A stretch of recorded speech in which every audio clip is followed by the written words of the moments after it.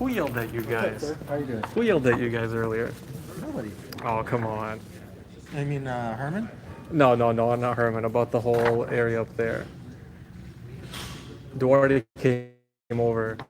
Oh, well, then you have to speak with Duarte because I was here the whole time, so no one spoke to me about that. Somebody was on Duarte's ass. Yeah. And I told him, I was like, really, man? No, what the fuck? But it won't be the first time. Because you were standing there filming, technically, during a meeting for the council rules, nobody should be standing in the center of the house. That's probably, he was probably trying Yes, to sir. coax you to sit somewhere. Okay. But where you went, right Yeah, on that the backside, top pew. that's Yeah. perfect. Yeah.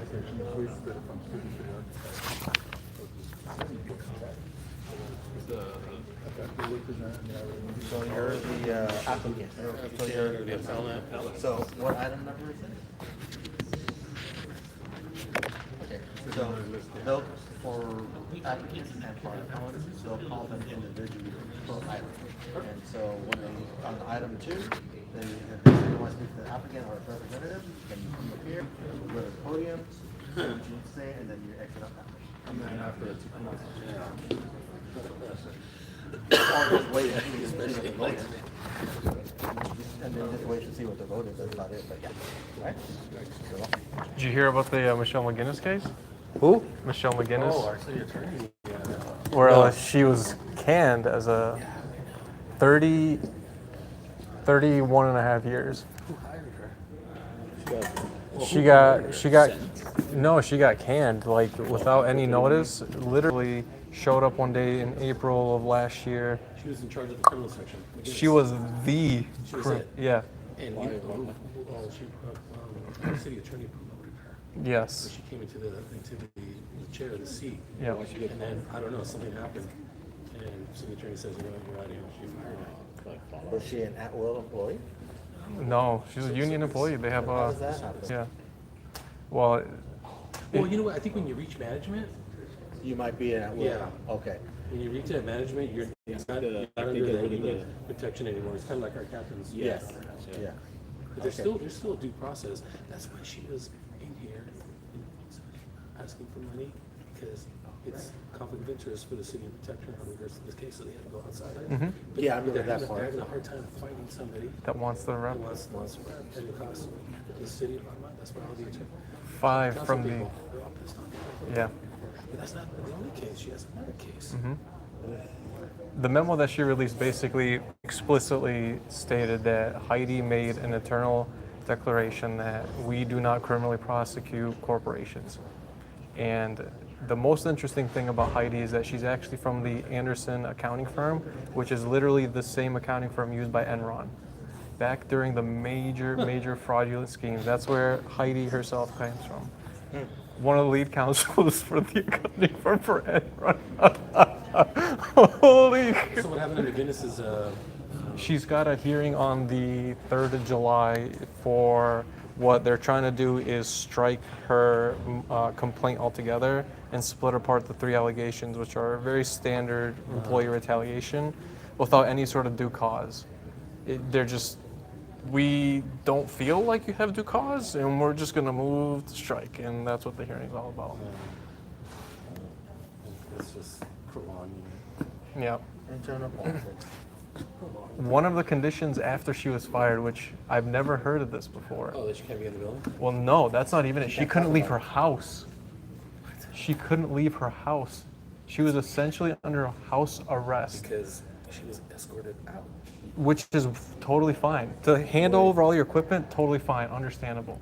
But to not be able to leave your own The home, only way you could do that criminally is that if you're on the books and you can't leave your house between the hours you're working. Then that's I can see different. that. Yeah, it's like between the hours of 9 to 5, you report to us. Yeah. It's like being under So- house arrest. Yeah. No, but that's happening. Well, it's like when we're taking out a field, but we're still on the payroll. Yeah. But you have to be available between those 9 to 5 hours. the difference with her is she had no payroll. That was it. Everything of hers was axed. Income gone. There's no. Then, yeah, then I don't. She's makes not no sense. correct. Oh, well. Yeah. She had 3 rounds of interviews to get that position. So it's not like it happened overnight. It literally happened over a span of years. It's not like she just showed up one day and said, you know what, yeah, you'd make the good head of the criminal branch. There was 3 other people that were considered. She was chosen out of them all. And the most interesting thing is on some of the declarations Heidi writes, it's like she tells on herself. No. She was trying to say she's incompetent, she was acting out. And I imagine what the judge is going to say is, so for 30 years. Wait, sorry. Yeah, everything's done on the kiosk, electronic. I don't know, but they know that. For 30 years, somebody was incompetent, and out of all 4 people, you chose the most incompetent to lead your... Oh, I don't know. Well, we try to tell them that. Sure, Heidi, sure. Well, hopefully it's not too long of a meeting then, if it starts on time. Which technically never happens. Nope. Oh well. Well, it's Bob. Bob's the one that's always late. You got Bob to blame. He's not the only one. He's probably taking a nap back there. I've literally seen him crash out in the middle of the His meeting. office is above us. Please. Probably hear him snoring through these walls. Oh well. He won't be the only one.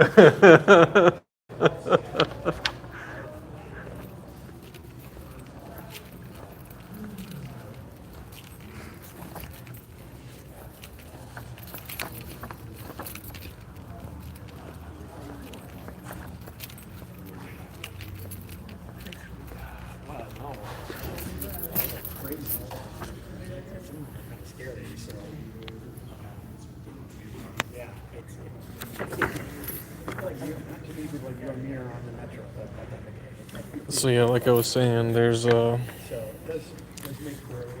was reading up on Michelle McGinnis case.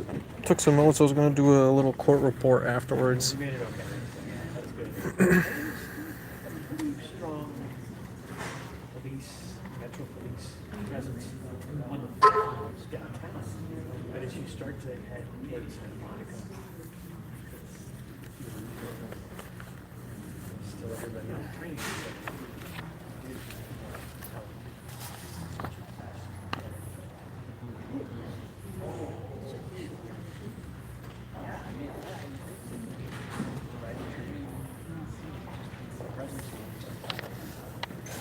We didn't see any once we left the downtown area. Right, yeah. These horses.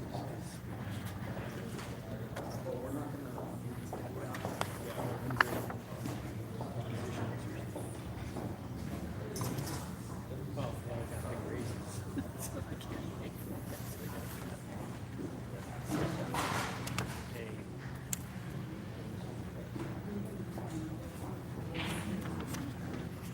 Yeah. Yes. Yeah. The only thing that's not working is we have a old copper wire thing. It doesn't work. Yeah. We get it after you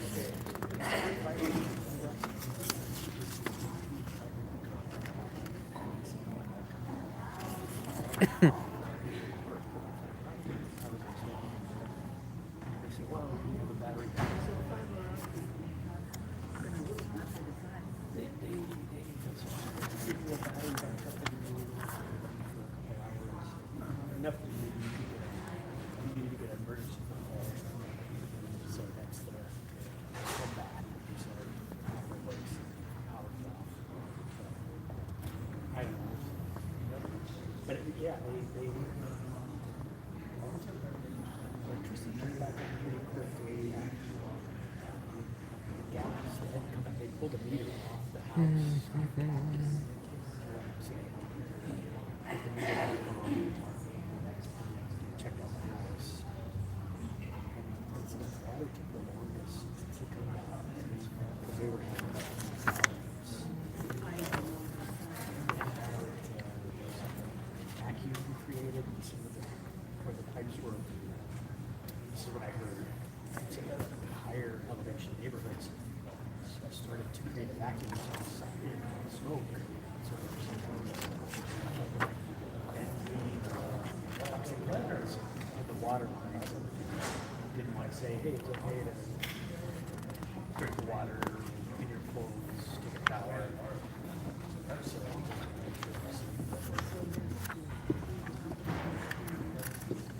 they finally said it's okay.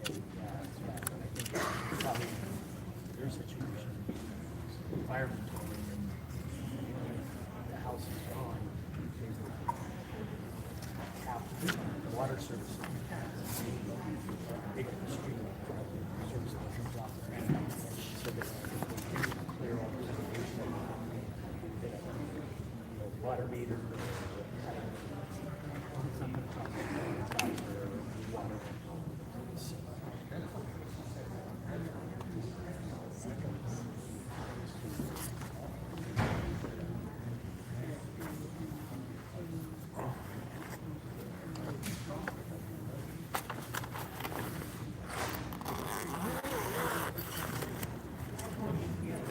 See if I can put this on the tripod instead.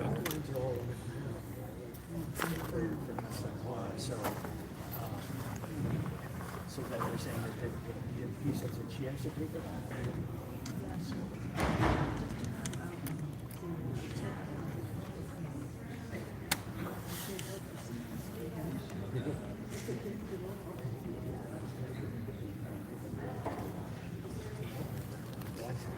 Like across the street, they had the owners had an electrician look at it. It says, don't turn your power back on. They're compromised.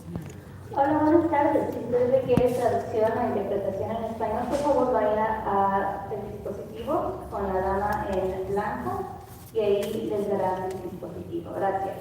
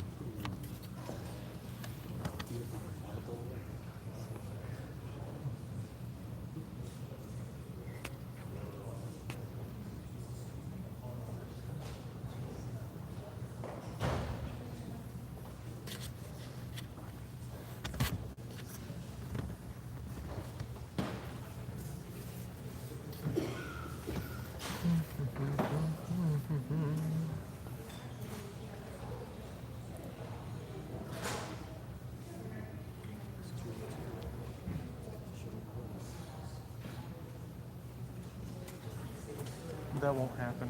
Bob Blumenfield is sleeping in his office. I catch him dozing off during meetings all the time. He's probably taking a nap right now.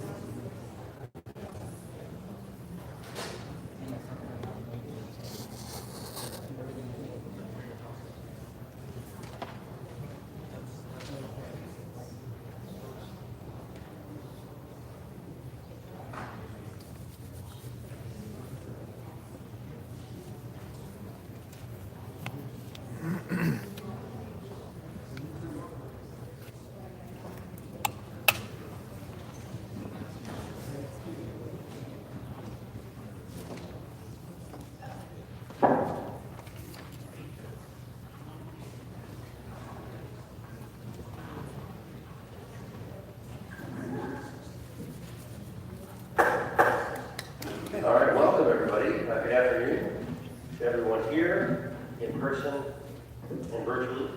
This is a regular meeting of the Planning and Land Use Committee, which we feel to get us started. Yeah, they're making me wait, unfortunately. Yes, sir. Mr. Bloomfield present. Bob is here. Here. Mr. Liston, absent. Mr. Lee, absent. And Ms. Runner. There he is. Okay, great. We're going to start the meeting by taking public comment. And the way we've been doing this committee, just to remind folks, we will take public comment on the items. We'll take the general public comment at the end after we've gone through all of the items. So if you wish to speak to general public comment items that are within this committee's jurisdictions but are not related to a particular item, that will happen at the near the end of the meeting when we are completed on the item. Otherwise, each item, a member of the public gets 1 minute per item. You get up to 2 minutes overall. So if you're speaking to 2 items, you would come up when we take up each of those items.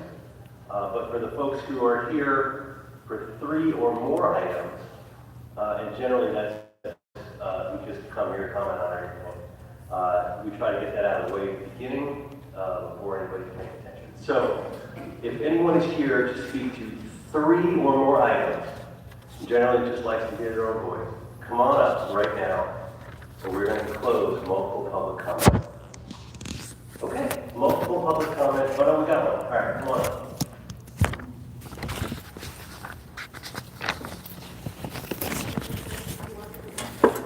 Yeah, please give me And other representatives and applicants and other representatives will be allowed to speak for a total of 3 minutes precise unless otherwise noted by the chair.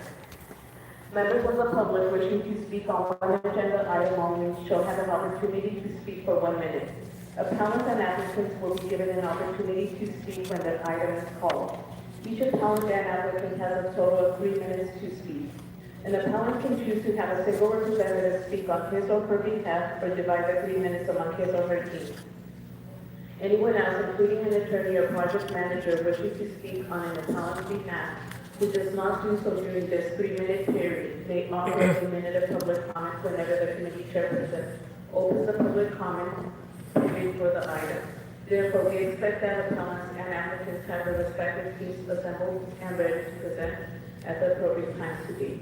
Members of the public wishing to speak on more than one item shall state that and shall be allowed to speak for a total of 2 minutes. Failure to submit public comment in a timely manner before the comment period for the item ends results in forfeiture of opportunity to participate in public comment for the item. As stated by the chair, general public comment will be taken at the end of the meeting. Madam City Attorney, please provide additional guidance on public comment. When speaking on the agenda items, you must be on topic. Our goal is to get through as many speakers as we can. If you are not speaking on topic, or if we cannot tell whether you are speaking on an agenda item, you will get 1 brief warning from the city attorney. If you do not immediately get clearly on topic, or if you stray off topic, you will forfeit the rest of your time, and we will move on to the next speaker. We will inform you when your time is up. Okay, welcome, sir. Can you state your name that you signed up under and which items you wish to speak? You will have up to 2 minutes.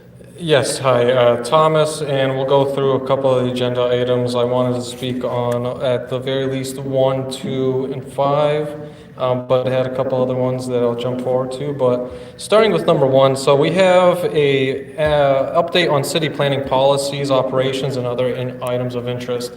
One of the things that I believe not only is of interest to me as a member of the public, but I believe some of the folks here, is that the prosecution and enforcement for whether it be SECA or any other LAMC code violations and enforcement actually falls at the behest of the city attorney. Well, wouldn't you know it, one of the things that the city attorney's office is very well known for, as admitted by the Michelle McGinnis case, is literally in a written memo, we will not prosecute corporations. Now, why might that be? Well, here's the fascinating fact that people don't know about Heidi Feltzing Soto. She was actually one of the lead attorneys for the Arthur Anderson accounting firm. Who here knows why that's important? Well, I'll tell you why that's important. That's the same accounting company that the fucking Enron company used. The same accounting company used by Enron is one of the lead attorneys for the city, and apparently... Which item are you speaking to? And apparently, yes, that's number 1, and apparently that's... We've already exhausted your data. So- One, you can move to one of the other items. So again, we're talking about number 3 right now, if you'll follow up with me, Bob. And I know it's going a little fast-paced here, but One of the most beautiful things about appointments for commissions is whether they have a conflict of interest. I'm curious, I know one of the board members right now for the Board of Public Works actually was put there by an unregistered lobbyist, and I'm curious as to whether this commissioner was also put there without a registered lobbyist pushing them behind the scenes to get on that position. It just seems to me that there's a pattern of behavior in the city of putting your political supporters without due process, without being transparent and honest. And wouldn't you know, Bob, the public actually loves hearing about that. It's not just my voice, they love hearing the facts, Bob. That's why they like seeing me up here. Absolutely, thank you. We have no other multiple, more than 3 items. So again, if anyone who's come to speak on an item, we'll get your opportunity to speak when we address that item or we're paying close attention to that item. So we're going to start with item 1, which is the Director of Planning Oral Status Report. We'll start with that, and why don't we start with the presentation? Yes, thank you, Chair, for the member of the committee, Mr. County Director of Planning, and appreciate the time. Just the issue, obviously, at the moment is the budget, and as you know, as the City Council, when the budget was delivered to the Council, this department saw fairly significant cuts, about 34% of this department staff, which included about a quarter of those within our filled positions that would have resulted in layoff. That obviously would have had some really deep impact on the city in terms of how we provide more housing, how we really invest in economic development, respond to issues such as recovery from wildfires, as well as getting ready for the Olympics. Through a lot of hard work with the Budget Committee, and very grateful of the Budget Committee's work, as well as City Council's work. Positions were restored, so which was a very positive thing, and so we're not looking at this budget resulting directly in layoffs in the planning department, so we are going to maintain our core services. The restoration was, though, for both filled and some vacant positions, so it does, what it will do is change our work program somewhat. A couple things. So we did defund some programs in their entirety. One of them was our environmental justice element update. Another was our staff handled wildlife corridors, as well as our Office of Racial Justice. It reduced just 2 positions in project planning. So there will be some reprioritization of how we will work, and I think that's, although these were very important to our programs, and I think that there's some excellent work that was done there, it is the time that we can also start doing things and reimagining. We will, but as part of the budget, new positions will have been coming over. The office of, I believe it's the city forest officer will come over, and that's 2 positions, and that's, if you know, the city forest officer, Rachel Malrick, and we're excited to have that operation come over. I think it's going to really create some really great, synergy with what they're doing and what we're doing, so we're very excited about that. We are also bringing over the zoning review function from building and safety.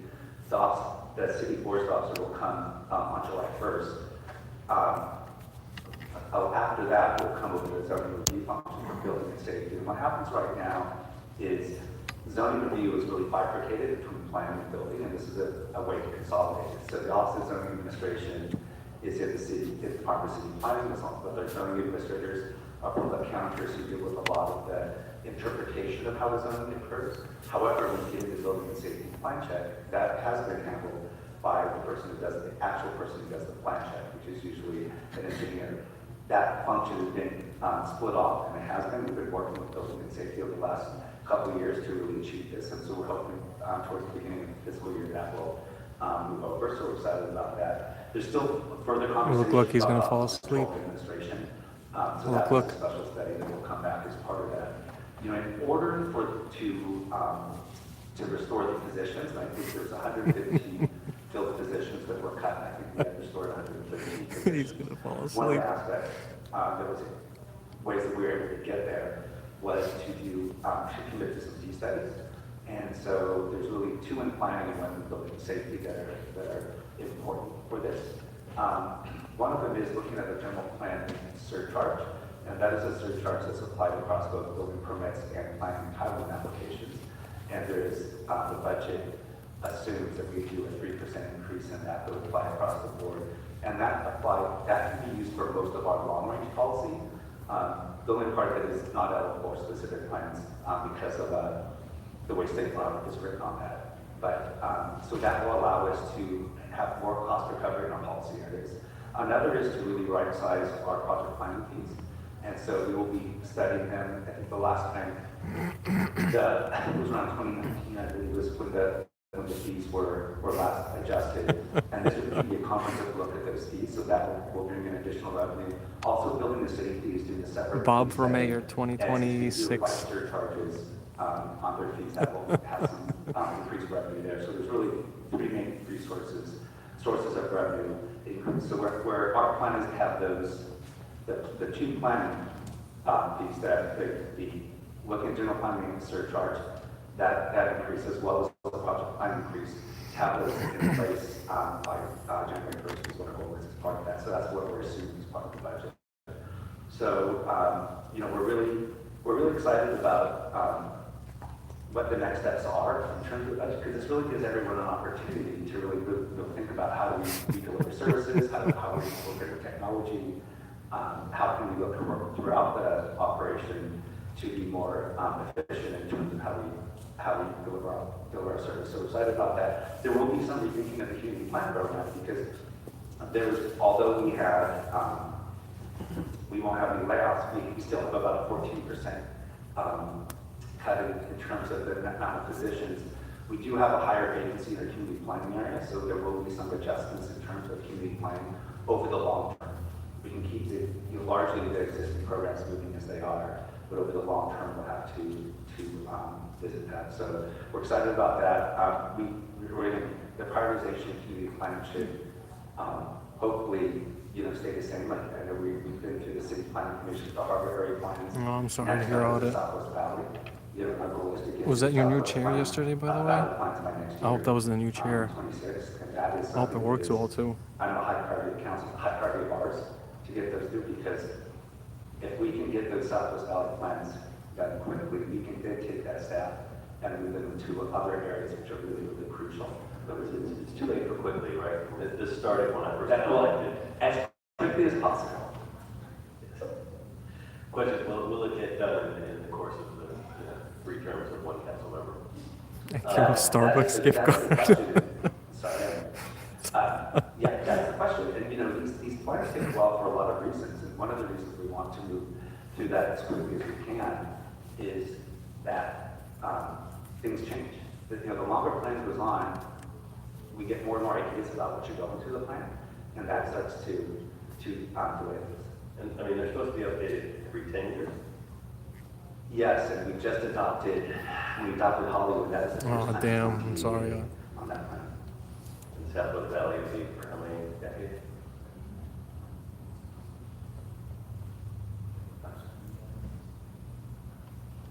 We can check. I don't have that off the top of my head, But it's just enough to know that it's been decades. well, it's been well more than 10 years.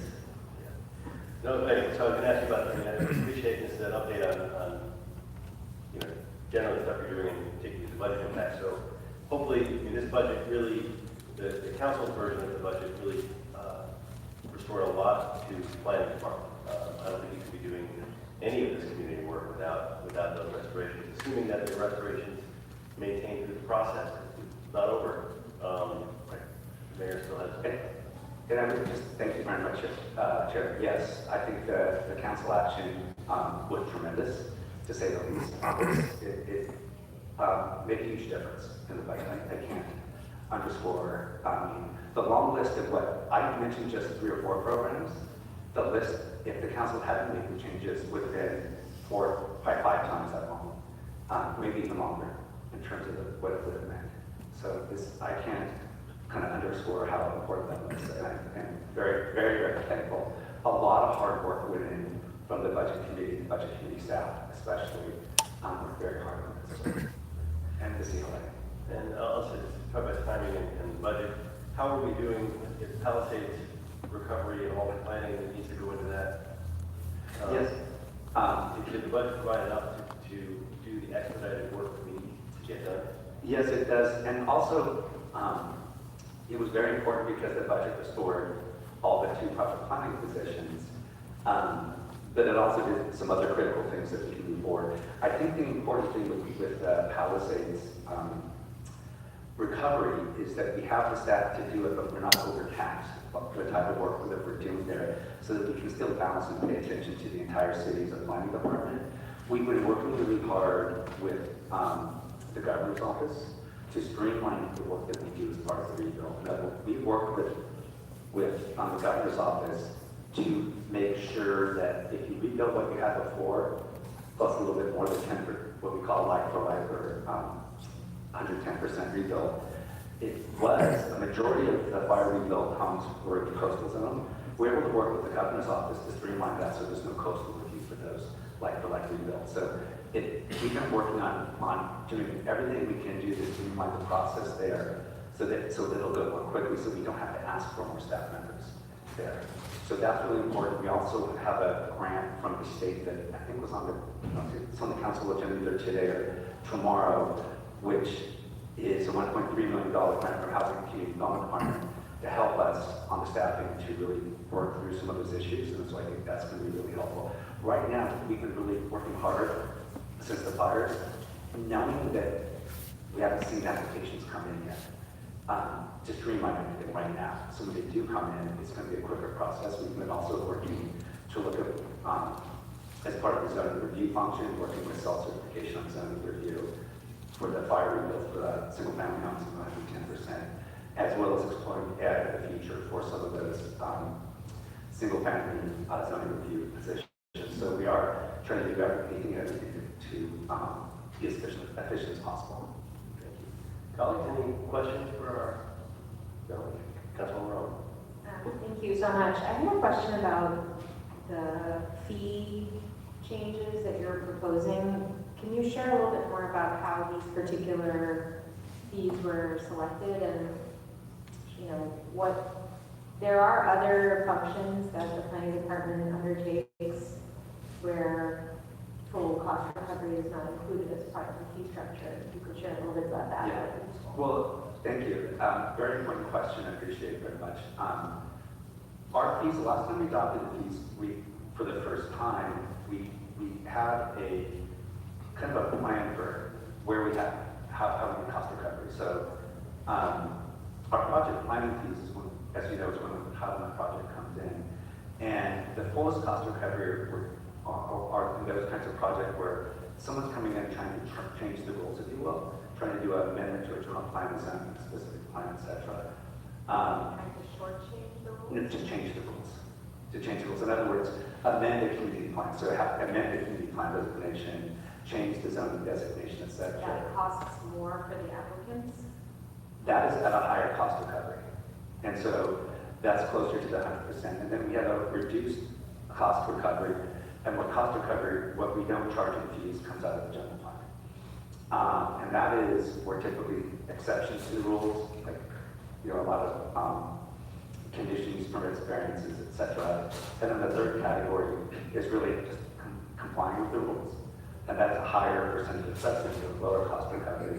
The lower cost recoveries would also typically be some of those areas where the cost of the permit, because in those areas where there's a high level of review, like design review boards, historic preservation overlays, so etc., we have a high level of review, but what someone may be doing is relatively small, like the physical improvement may be very small, so you don't want the permit to start to cost as much as the improvement is. So that is more of the lower cost recovery.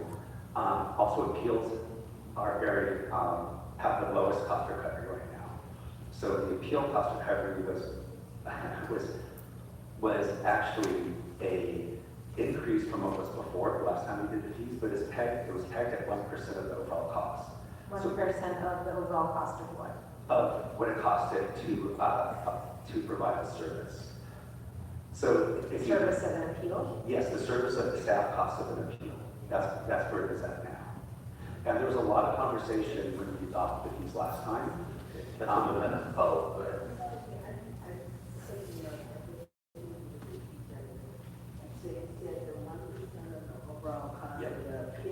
The appeal fee. So the appeal fee If you look at, when you all look at the project planning fees are, in essence, averages of how long it takes in terms of staff time to process an application. And that includes staff time, that can include part of the attorney's time, et cetera. We also have, as part of our costs that we get assigned to us is overhead too, direct and indirect costs.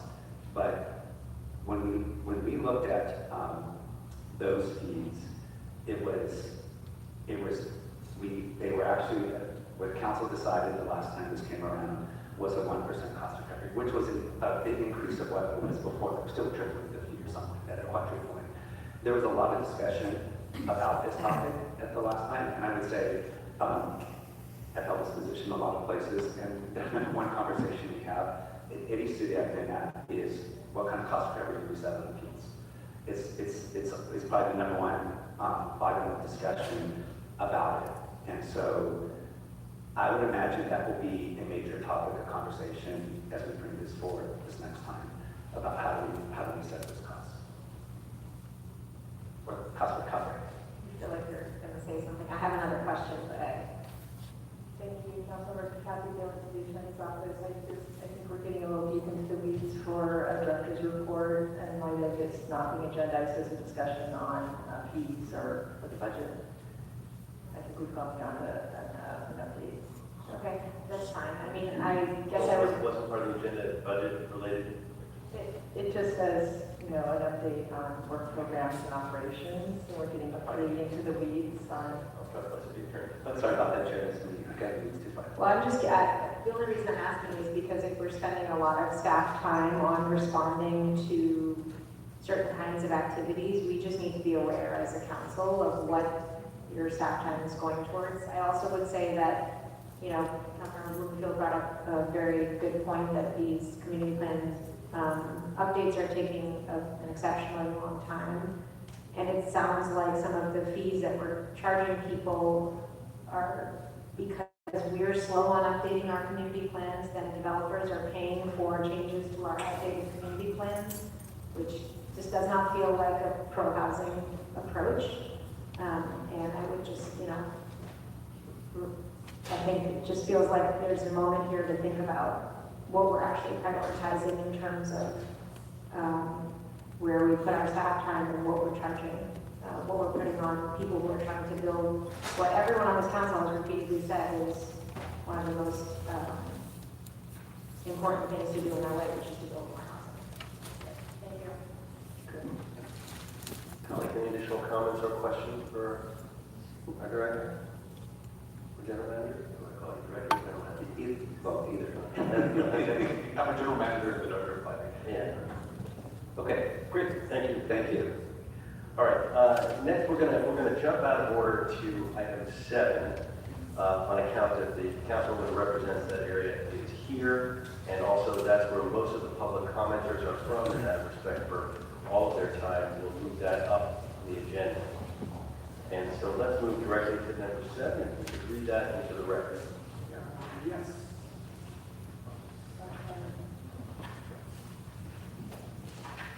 Yes, item 7, committee members, this is a report from the West LA Area Planning Commission, and it contains an appeal filed by the Castellera Mesa Homeowners Association, and they're challenging the approval of the environmental clearance to mitigate a negative deck.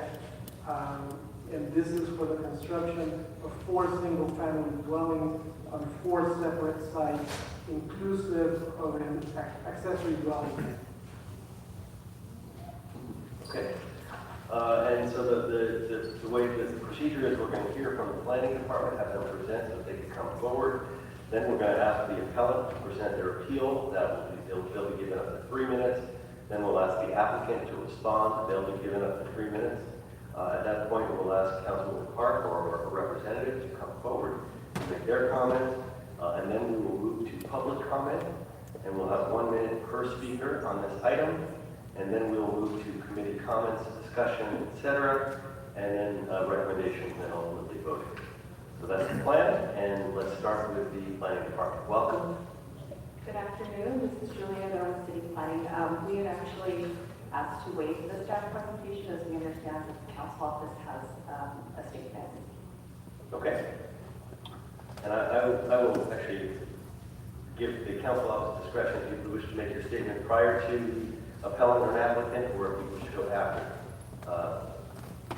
I'll give you your choice. Seeing as the councilwoman is coming forward, then we will give you the courtesy to come forward prior to the applicant.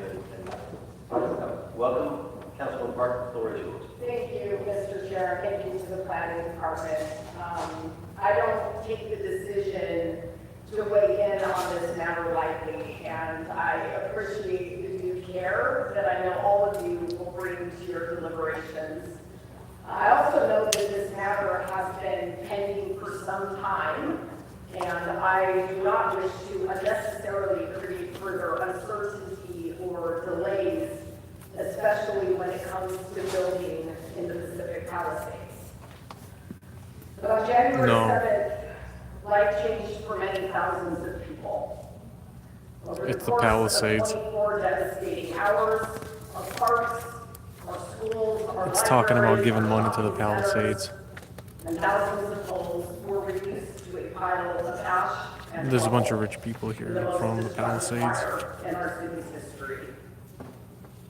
The Castellamare neighborhood, which lost 48% of its homes, is one of the most spectacular and dramatic coastlines in the city, as well as home to the Tremonto landslide, our city's most active and well documented. Just last year, an active landslide resulted in PCH closures that disrupted West Side traffic for months. We just barely got things reopened before disaster struck. With a burn scar more than twice the size of Manhattan, over the last several months, we saw major flooding and mud and debris flow, as well as active landslide activity. We're continuing to struggle to move heavy trucks and equipment on very tiny, narrow, windy roads, many without sidewalks, to work on steep, unstable, and dangerous terrain. The fire's destruction did not spare infrastructure. We have damaged roads, bulkheads, water lines, and drainage systems. I believe a mitigated negative declaration is inadequate for this proposed development, and that a site-specific environmental impact report is needed to study the unique or particular conditions to this site on a very active landslide area being located in the Pacific Palisades burn area. I believe that the appeal should be granted and the matter should be remanded back to the West LA Area Planning Commission. Thank you so much for your consideration.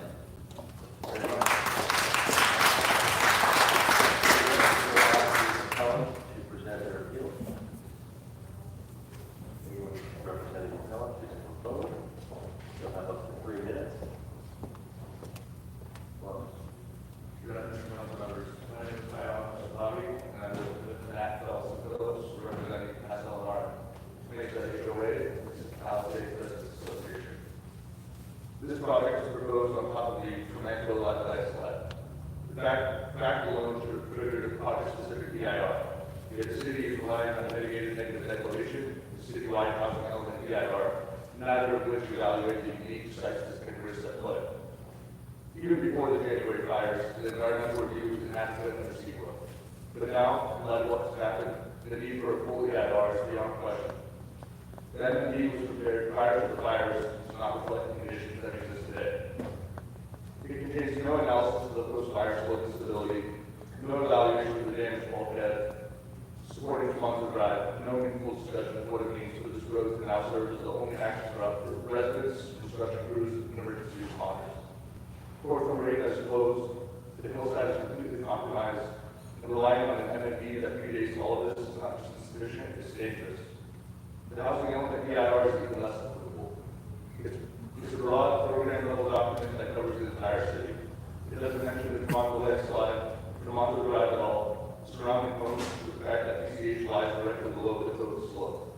And given that the housing element EIR was prepared 2021. It similarly does not account for the drainage plan with 2025 fires and the resulting impacts on the site. The citywide programmatic document simply cannot substitute for the kind of focus, site-specific review that CEQA clearly requires in the study. In the long run, CEQA is very clear. If substantial evidence supports the fair argument that a project may have significant impact, then an EIR is required. That is not a discretionary standard, and it does not hinge on whether impacts appear mitigable or whether another document addresses similar issues to the city. Here, the evidence is overwhelming. In Caltech, forcefully asserted that partial slope remediation would prevent stabilization of the landslide as a whole, only for further landslide activity on PCH. In addition, the volcanists supported the Come on, Bob, that's more than 1 minute. There is documented structural damage, destroyed drainage infrastructure, and a known slide zone that reactivated during the fire. This is exactly the type of situation that an EIR is designed to address. The EIR is not optional here. It is legally required for this project to be approved. This is not about selling housing for the project itself. It's about ensuring the analysis reflects the reality on the ground, that we understand the risks, that we don't cut corners, and that we get it right before any development proceeds. I respectfully urge this committee to uphold the integrity of the environmental review process, grant that appeal, and require preparation of legally adequate project to the EIR. Thank you for your consideration. Thank you very much. Next, we'll ask the applicant, if they're here, to come forward. Is there any representative of the applicant that wishes to speak? Going once? Going twice? Okay. Then we will now move on to public comment. Anyone who wishes to speak on this item, who's come here to speak on this item, please line up on the left side of the chambers. House left, stage right. Okay, that makes sense. We will take each speaker.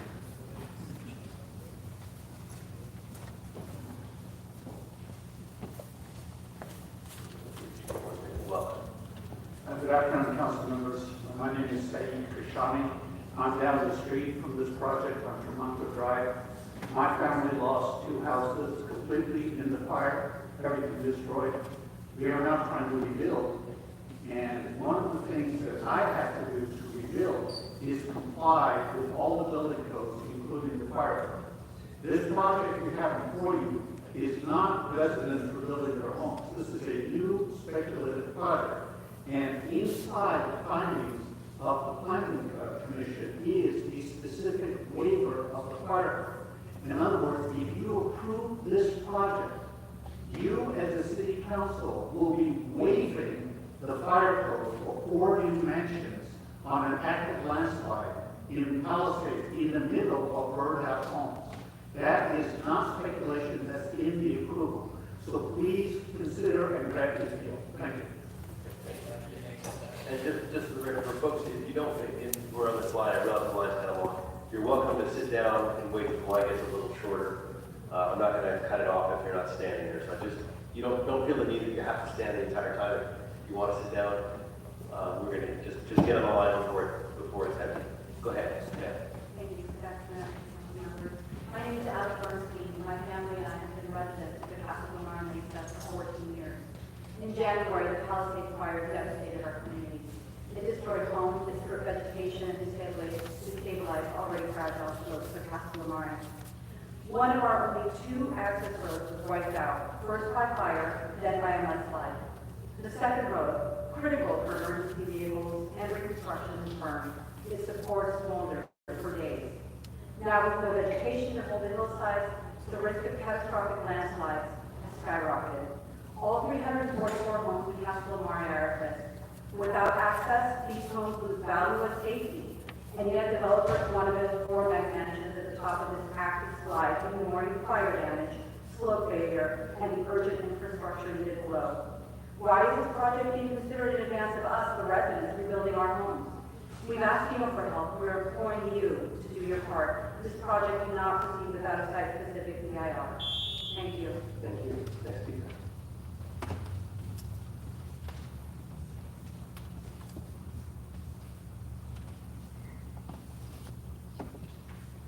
Council members, I'm a longtime resident of Casa Lamar and first-time speaker at a hearing such as this. Palisades Fire tore through our neighbor, destroying and damaging 223 homes and stripped the hillside of deep-rooted vegetation. They kept our slopes stable. Since then, rains have triggered erosion, soil shifts, physical cracks, water's pooling, mud's moving, residents are concerned, all residents. Our slopes are known, they have a history of failure from the 58 Moran study, the 2010 URS report, and recently in 2023. And Casa Maria's hillsides are dangerously unstable, as we should all know right now. The Tremondo Drive bulkhead, our only emergency access, has been compromised due to the burning after the fire. I watched it firsthand. It destroyed homes, and the Tremondo landslide and the bulkhead roads are lack storm drains are leaking water onto the hillside on an ongoing basis. Help? Thank you. Thank you very much. Next speaker.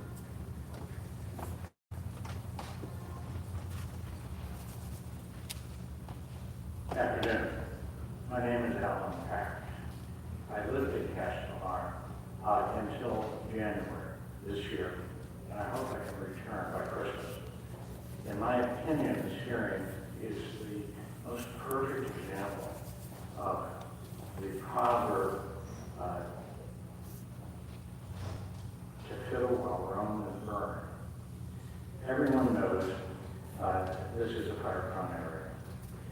Half of our homes burned down a few months ago. Everyone knows that Tremonton Slide is active a few months before the fire. It included Pacific Coast Highway multiple times. What are we doing here today? Opining about whether development, which will increase the load on the slide and compromise the access to our homes of emergency vehicles, should proceed. This truly is fiddling while Rome has burned and will continue to burn. Thank you, sir. Thank you. Next speaker. Hello, Councilmembers. I'm Catherine Werner. I'm the head of the Miramar Homeowners Association, the oldest HOA in Pacific Palisades. We're neighbors to the Castellamare area. We also have an active landslide on our hill and know exactly what our friends in Castellamare are going through. We lost 50% of our homes. Thankfully, my home is still standing, but it is now threatened by a landslide that a developer illegally graded into. And even though we pleaded with the city to stop it, they didn't stop it. So I'm asking you today to stop an MND and go with a full site-specific EIR, because we deserve it and we need it to keep our homes safe. On Paseo Miramar, a house lived down the hill in the early 2000s, which cost the city $16 million because the homeowner sued the city for issuing a permit in 1928. So I plead with you, and if you see how many people are here that want to speak on this issue, coming from Orange County and from all over, because we're all displaced, we're all not back in Palisades, we hope that you will issue a site-specific EIR, please. Thank you very much. Next speaker. Honorable committee members, my name is Rosie Blanco. I live on Colorado Road. That's nearly separate from the rest of the neighborhood, but Tremonton Slide has only one access. The city of Los Angeles has ignored its duty on Tremonton Drive for decades. It walked away from paving signage, maintaining sewer lines and bulkheads, and the hillside is unstable, the roads are fractured, and after every storm, debris pours down into the Pacific Coast Highway, a public safety hazard that's getting worse. Study after study about that slide has issued recommendations, but for over 20 years, the city has done nothing to stabilize those hills. Now it wants to hand over responsibility to a private developer whose project will block future access and do nothing to fix public infrastructure. This is not poor planning, it's conflict of interest. A project cannot proceed without a site-specific EIR, and we are requesting. Next speaker.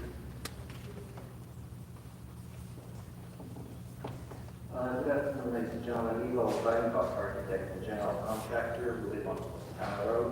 And we have pleaded numerous times with every possible organization for an independent, full EIR EIR on this project, which our police have gone unheard. We have done that at the CDP level, we have done that with the ADC, we have done that with the ability of the ADC. We even brought this thing up at a short meeting at this committee last year.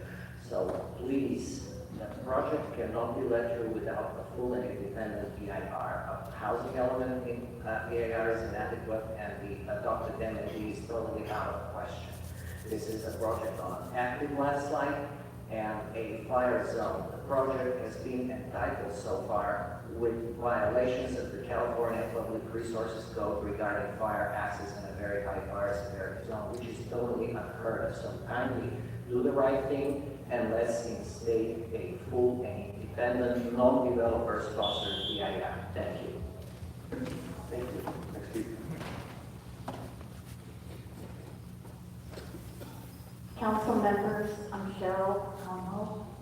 Early last year, Caltrans confirmed the entire Tremonto landslide must be mitigated to keep Pacific Coast Highway open. The head start of the Tremonto landslide begins at the bulkhead on Tremonto Drive. The slide runs all the way down to PCH, where it is still moving. In 1958, 4 homes collapsed here. The city paid dearly for allowing unsafe development, and now the developer wants to build 4 massive houses directly on that unstable slope. Their plan ignores the major drainage system required by Caltrans and URS engineers to prevent future collapse. But worse, it blocks the city from ever installing it. This developer also wants to use 200 feet of public road as a private driveway and build over a city bulkhead, which further prevents slope stabilization. And they've been granted exemptions from fire safety rules in a known fire zone where almost half of our homes, including mine, burned. I hope you will do the right thing here. This is a difficult time, and I thank you. Appreciate it. Next speaker. I have to give everybody equal time. I'm not trying to cut anybody off. Go ahead, sir. I'm Dr. Randall Conwell. I'm a resident of Castellammare. We lost our home 47 years in the fire to rebuild. There's no safe haul route for this project. Castellammare is served by 2 narrow, winding roads. The plan calls for over 4,900 dump truck trips and thousands more by cement mixers and heavy machinery without a formally defined route. Tremonto Drive narrows to 22 feet at the bulkhead, barely wide enough for 2 cars, let alone heavy trucks. Ravello Drive narrows to just 12 feet 4 inches with a 12-foot drop. It's already hazardous for passenger vehicles. Brentwood Palisades Community Plan is clear. Avoid large-scale grading, limit construction in geologically sensitive areas, prevent out-of-scale structures. This plan violates all of that. You must hit the pause button on this project. You should not proceed without a site-specific EIR, and both the MND and housing element EIR are legally and factually insufficient. We deserve to have a full site-specific environmental impact report. Thank you. Thank you, Bob. Rosalie Huntington, Castellammare resident. Instead of stabilizing the Tremonto slide, the project that's being proposed only plans to reinforce the plots where the homes will sit, leaving the rest of the slide active and dangerous all the way down to PCH. Caltrans has warned the city it may face legal action if this development is allowed to move forward without proper mitigation. Someone was killed in the 1958 landslide a little further south, leading to expensive litigation for the city, and of course PCH had to be closed.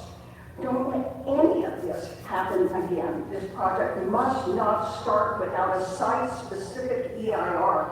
Both the MND and the housing element EIR are insufficient legally and factually, especially now after the fire. We deserve and we demand a full site-specific EIR before any work starts. Thank you. Thank you. Next speaker. Cindy Young, Castellammare resident. This project poses a significant risk to emergency response and evacuation, especially in a very high fire hazard severity zone. A firefighter told one resident when she asked about trucks that were trying to come in during construction, You'll be out of luck. That's terrifying. And she did lose her home. We have only 2 exits for 344 homes, Puerto Marina, which is closed, and Los Leones to Tremonto, our sole 2-lane road. That route has already been completely blocked, compromised by construction vehicles. Fire engines have trouble now, and this project will only make things worse. At the very least, we demand a site-specific environmental impact report before this project breaks ground. Thank you.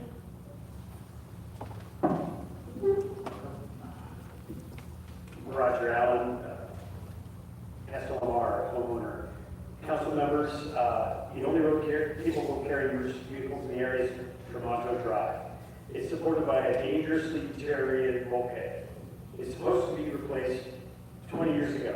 The wooden beams holding up burned during the 2025 Palisades fire and continued to smolder long after the flames were out. If this bulkhead fails, our neighborhood loses its only emergency access. Large fire trucks won't be able to make the turn. Lives will be at risk. In 2005, Councilwoman Cindy Miskowski promised the city would rebuild it. The plans were supposed to take place January 2006. Nothing happened. Now this proposed project would block access to the bulkhead entirely, making many future repairs impossible. Every rainfall now sends water through the puddles of Tremonto and weakens the bulkhead, straight into the landslide zone below. As the city abandoned its promise, this project does not proceed without site-specific environmental impact report. Thank you. Next speaker. My name is Kelly Collins. I've lived in Castellamar Mesa for almost 40 years. I'm here to remind you that California law, full environmental impact report is not optional when significant harm is possible. And this project qualifies in every way. This is talking about massive grading on an active landslide, wildfire danger, seismic hazards, drainage risks, and proximity to sensitive habitat. This is not speculative, this is factual, and these issues matter. CEQA mandates a full EIR when a project can cause substantial adverse environmental effects, especially in landslide zones and protected coastal areas.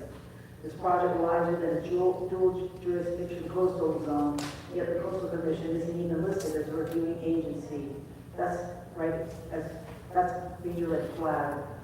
Public outcry is high and risks are real for a reason. Fast tracking this with a mitigated negative declaration is both reckless and unlawful. Please stop this shortcut. We deserve to demand a full site-specific environmental impact report before work begins. Thank you. Thank you. Next speaker. Council members, I'm Carmen Calder, resident of Castellamar Mesa for 30 years. Building 4 10,000 plus square foot homes on an active North Tremonto landslide is reckless. This landmass has a proven history of destruction, collapsing streets, bursting sewage lines, and consuming homes. It's been shifting for over 100,000 years. No mansion is going to stop that. Experts from the USGS and Caltrans have warned against building here. Major excavation and added weight from these mega structures could destabilize the slope and trigger catastrophic failure, possibly There he goes. debris onto the Pacific There he Coast goes. Highway. And let's not forget the 2 earthquake faults nearby.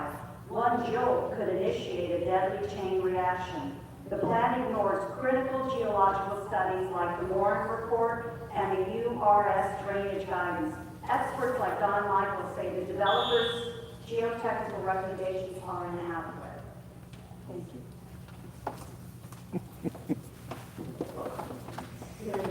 For last reimbursement on Robelo Drive, Pacific Palisades.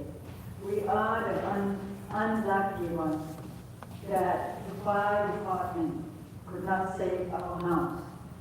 It's the small street that is mentioned before several times, many times, and we request that please apply the EIR.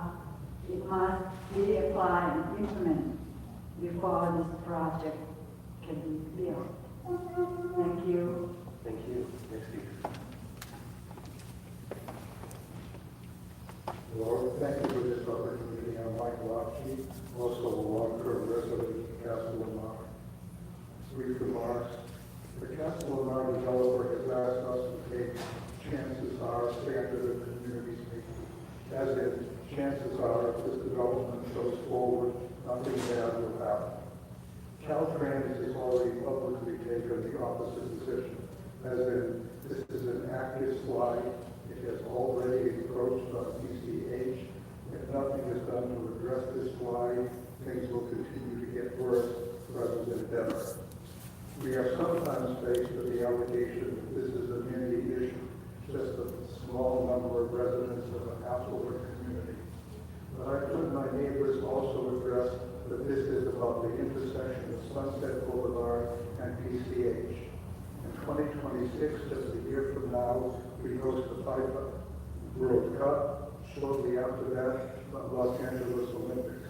It would be a shame if that highway were closed. Thank you so much. Thank you. Good afternoon.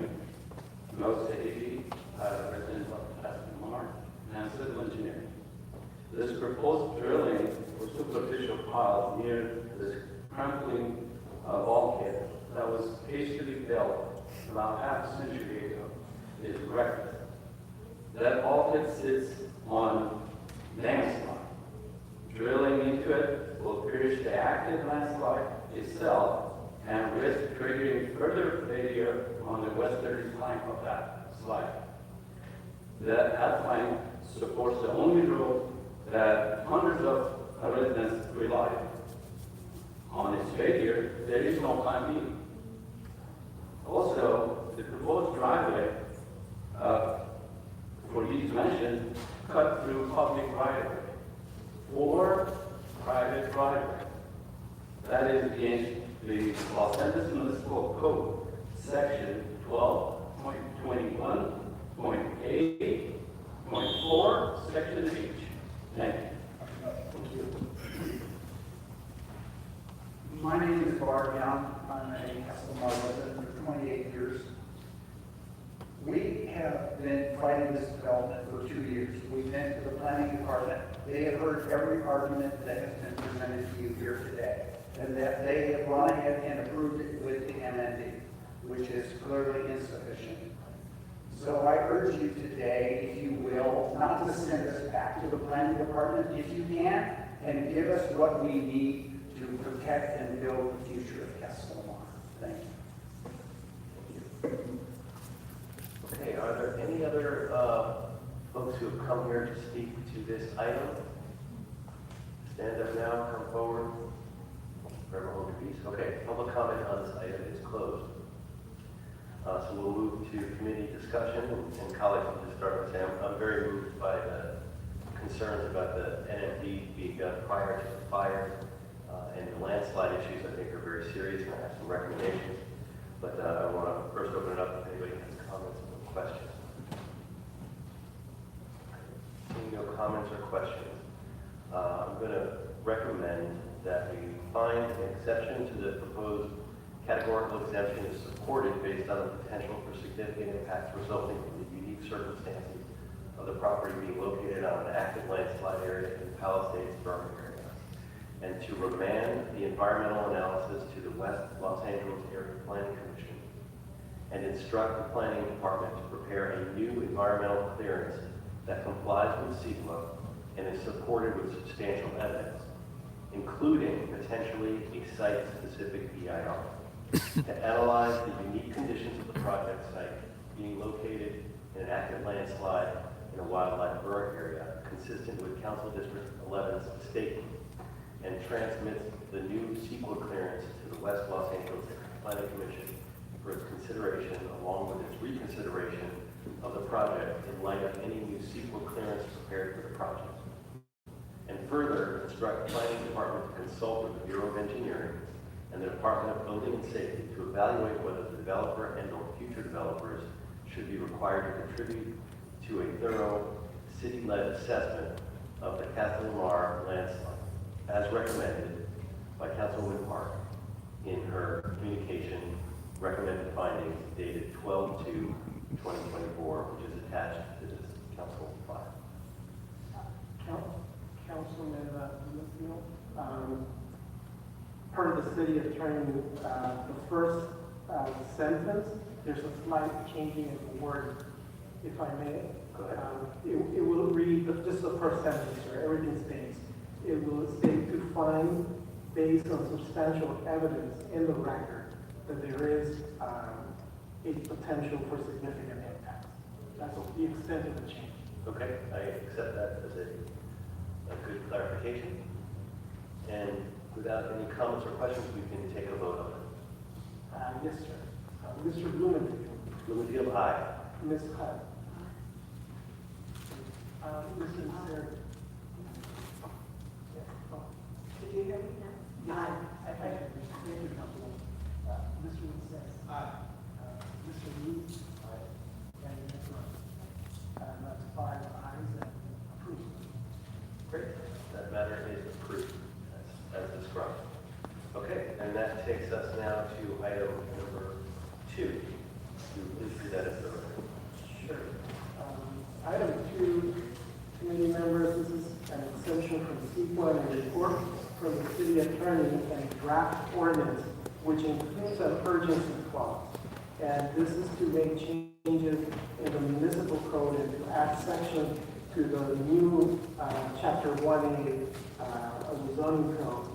And this is the redevelopment plan procedures and adoption of project findings. Okay. Are there any questions on this item? If not, I don't think we need a presentation or discussion.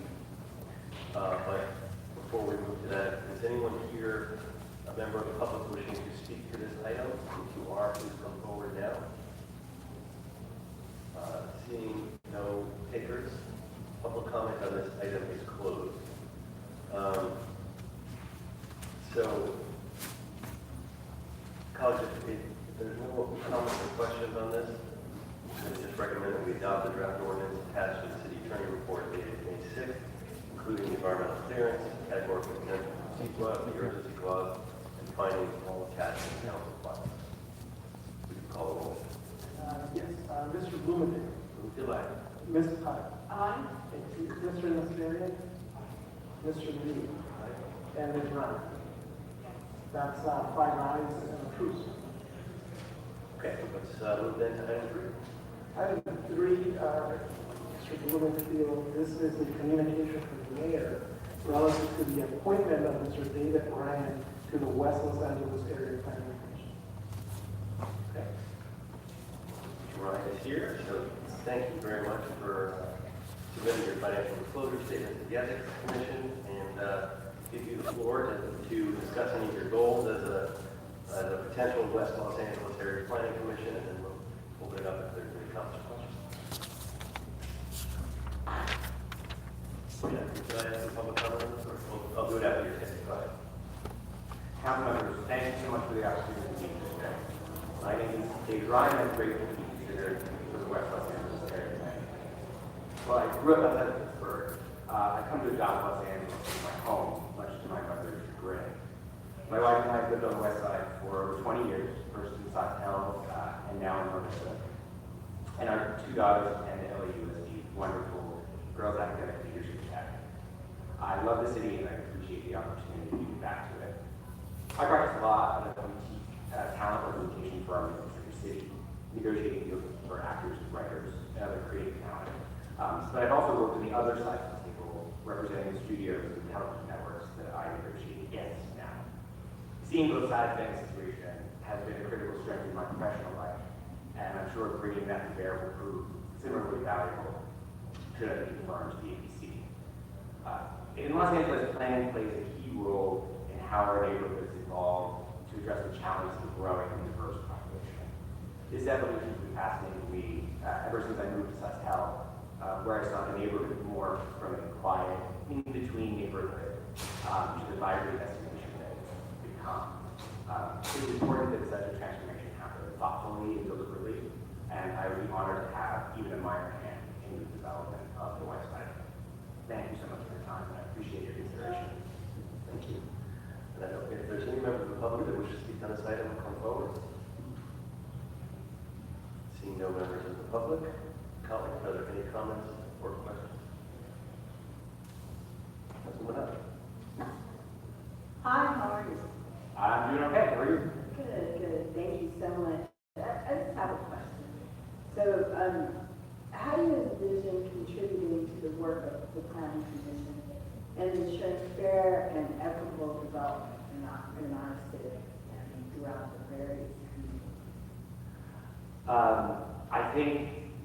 I think it always starts from a place of listening, is that we are a diverse city, and as evident in the last half hour, people have strong opinions, and those opinions can sometimes differ. And when you're in a place where you're in a decision-making body, you have to do your absolute level best to take in as much information as you can, take in as many opinions as you can, and be an honest arbiter of the issues at hand, keeping in mind the overarching problems of our city, which are that we just don't have that housing. I mean, that's sort of problem number one.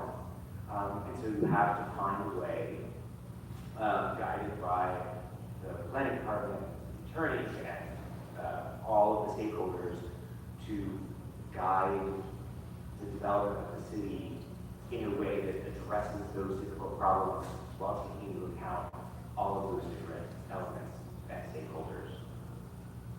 Thank you. Any additional comments or questions? No, then I'm going to recommend that we move forward with your nomination and move that to the full city council. And thank you for your willingness to serve and to help our great city move, as we move forward, trying to build housing and create a planned city that makes sense. So, thank you. And let's call the roll. Yes, Mr. Bloomfield. Who would be alive? Ms. Hutt. Yes. Mr. Terry. Mr. Reed. And Ms. Brown. That's 5 ayes and unanimous. Okay, great. Congratulations. Thank you. Mr. Bloomfield, for the record, for the previous item on the CD11 appeal, we need to state for the record to clarify that the appeal was granted and being remanded to the West LA AGC. Okay, do we need to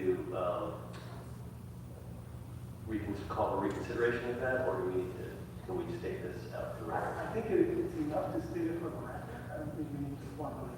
But it's for the record. It's whatever, we want to dot our i's and cross our t's. I don't want any lawsuits. So what is the best thing to do?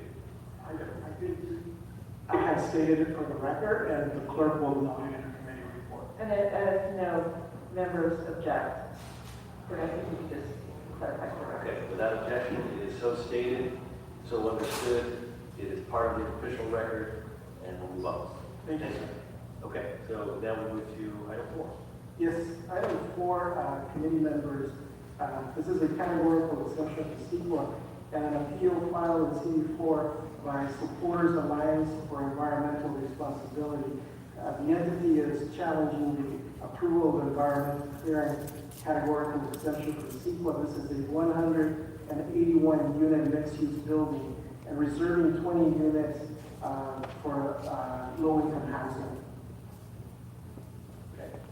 So as usual, we're going to hear from the planning department, and we'll hear from Mr. Collins, then the applicant, then the council member Robert from the district. We'll have a moment, and then we'll take public comment and we'll discussion. Good afternoon, Commissioners, Council members, pardon. Deborah Kagan with the Planning Department. Good afternoon. This item for the committee today is a CEQA appeal for a transit-oriented communities project for a 7-story, 174,021 square foot, 181 unit mixed-use building located at 4579 West Hollywood Boulevard.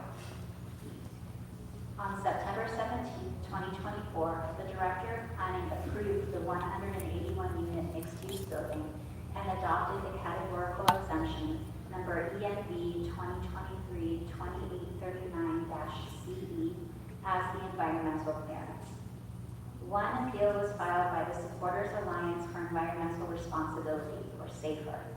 On January 23rd, the City Planning Commission, following its consideration of the materials and testimony, denied the appeal and sustained the Director of Planning's determination. One subsequent CEQA appeal was filed on the CPC determination by the same appellant.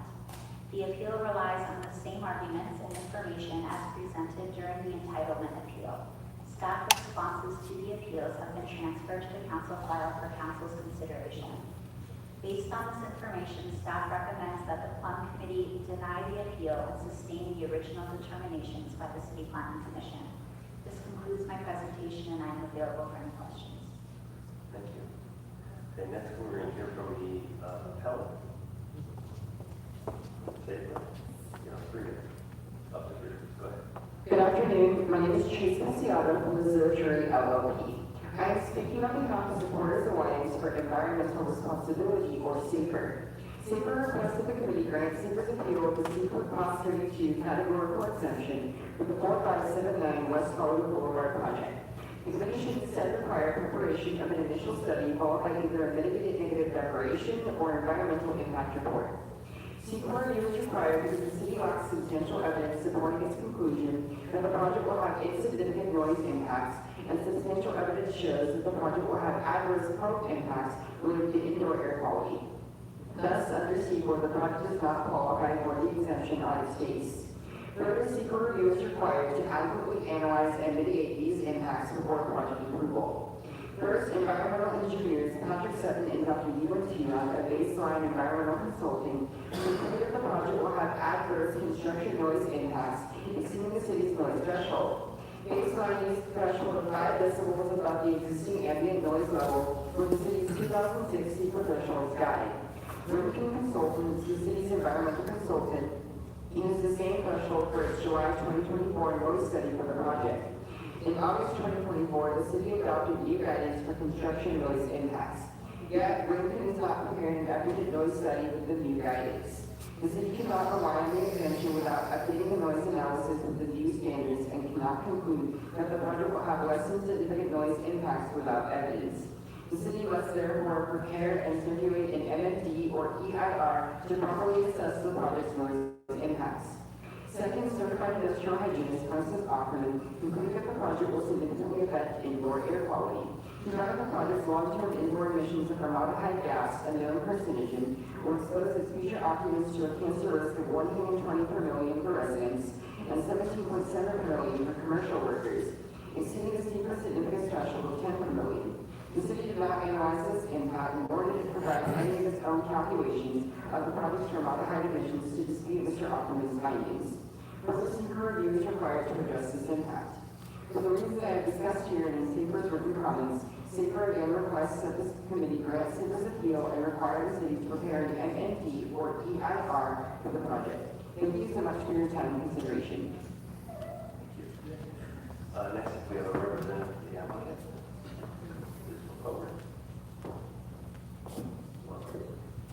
Hi, my name is Warren Checkington. I'm the architect for the project on Hollywood Boulevard. As mentioned, we are providing a 181-unit housing project, 20 of which will be designated as ALI affordable units. We are pleased to be presenting a project which provides sorely needed housing for the Los Feliz, East Hollywood, and Silver Lake neighborhoods. My practice is in the Silver Lake neighborhood, not far off from the site, and where I have lived and worked for more than 30 years. I know the neighborhood very well, and I believe we're making a building which positively contributes to this community. In addition to the residential units, we're providing 4 retail units, which we hope will connect the gap in retail continuity on the north side of Hollywood Boulevard between Sunset, east of Pillars, and the retail to the west, which links up to retail in Vermont. Each of these retail units include retail courtyards, which allow for on-site outdoor dining. We hope this will help encourage and reinforce the pedestrian experience for the neighborhood. Additionally, while the code requires 45 trees to be planted, we are providing 60, planting as many as we can along Hollywood Boulevard for shade over both the sidewalks and the retail courtyards. We've designed this building with great attention to its environmental sustainability, as well as the issues of health, safety, and welfare. Specifically, we have minimized double-loaded corridors in the design and allowed for 3 large courtyards facing in different directions has ways for fresh air and sunlight to permeate the entire building. All habitable rooms have access to fresh air and sunlight, many of which occur on both sides to allow for cross ventilation. In addition, we have specified high-performance machinery which optimizes the number of air changes per hour. The appeals being heard today cite sound and material emissions and potential problems. However, our consultant, Raycon, who compiled the original Board of Commissioners response to the letters of the appeal for both of them, found the data being said is either outdated or for a different construction type. This project does not exceed the threshold currently regulated through Vermont Western SNAP, Building Code, Title 24, or industry-wide best practices. And as made, and will make all efforts to mitigate disturbance during construction. We look forward to the approval of the project. Thank you for your. Thank you. Councilman Roberts, do you wish to make a comment on this in your district? No, I think I've looked over this project and listening to the planning department's presentation, I share their support for denying this appeal and would encourage the rest of this committee to also consider that. Okay. And then are there any members of the public who came to speak to this item? So, please come forward. Seeing nobody coming forward, I can't tell. Mr. Still, are you coming forward? No? Okay. Then public comment on this item is closed. And I'm going to recommend that we deny the appeal filed by supporters Alliance for Environmental Responsibility, or SAFER, and thereby sustain the planning commission to approve the environmental clearance and categorical exemption to Chiqua, construction of a 7-story, 174,021 square foot, 181 unit, reserving 20 dwelling units equal to 11% of total units for extremely low income household. Occupancy for a period of 55 years. Mixed-use building with the sub-area C of the Vermont Western Station Neighborhood Area Plan. Specific plan subject to conditions of approval of the property located 4579 West August Boulevard, which is 4601 through 4627 West August Boulevard, 4571 through 4579 West August Boulevard, 61 North Lyman Place, as recommended by the Planning Department in a report dated March 11, 2025, containing the transmittal dated 3/13/25, and attached to the council file. And based on the whole of the administrative record as supported by the justification prepared and found in the environmental case file, the project is exempt from California Environmental Quality Act, CEQA, pursuant to CEQA guidelines, section 15332, class 32 in the build development project, and there is no substantial evidence demonstrating that any exceptions contained in section 15302 of the state CEQA guidelines regarding location, cumulative impacts, significant effects on unusual circumstances, scenic highways or hazardous waste sites, or historical resource supply. And with that, let's see, I'd like to call Mr. Blumenfield. Blumenfield, aye. Ms. Hutt. Yes. Mr. Nasseri. Mr. Lee. Aye. And Ms. Rowe. 5 ayes and that's adopted. Okay. Then that now takes us to number 5. You would read that directly? Yes, item 5, so mitigated negative impact and related environmental findings. Report from the planning commission, which is inclusive of a draft zone and tank district ordinance and an appeal filed by West Valley Alliance for Optimal Living. And the entity is challenging the approval of 5 land use entitlements listed on today's agenda. 1 specific land exception, project permit compliance review, 2 conditional use permits, and a site plan review. This is for minor improvement to an existing hotel and the construction of a new self-storage facility located in CD3. Okay.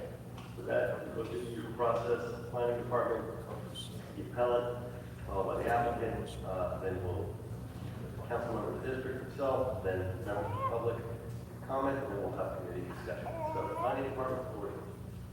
Good afternoon, honorable committee members. Before you today is an opinion of the City Planning Commission's determination dated November 19, 2024, approving the specific planning sections for floor area ratio, height, and landscape buffer for the self-storage site, and landscape buffer and parking for the hotel site. What is compliance for the Ventura Quantico Boulevard Corridor System Plan.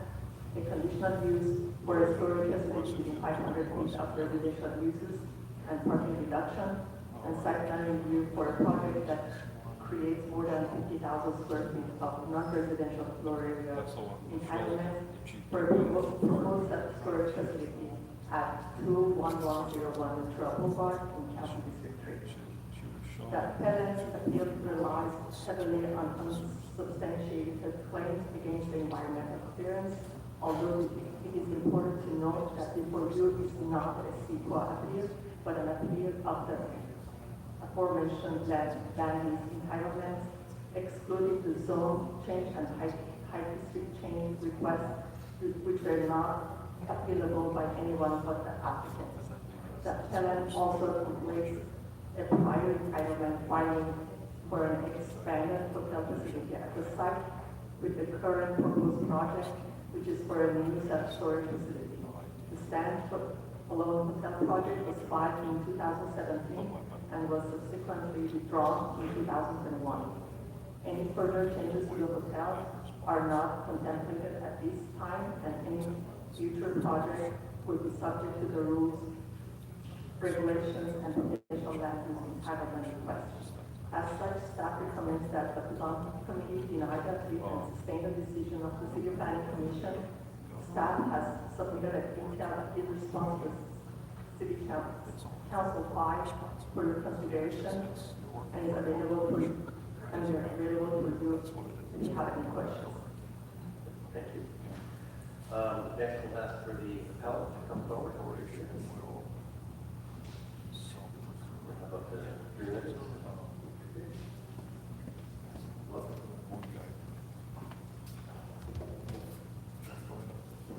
Good afternoon, my name is Jamie Hall. I'm a land use and environmental attorney in Chandler Law Group, and I'm here representing the West Valley Alliance for Optimal Living.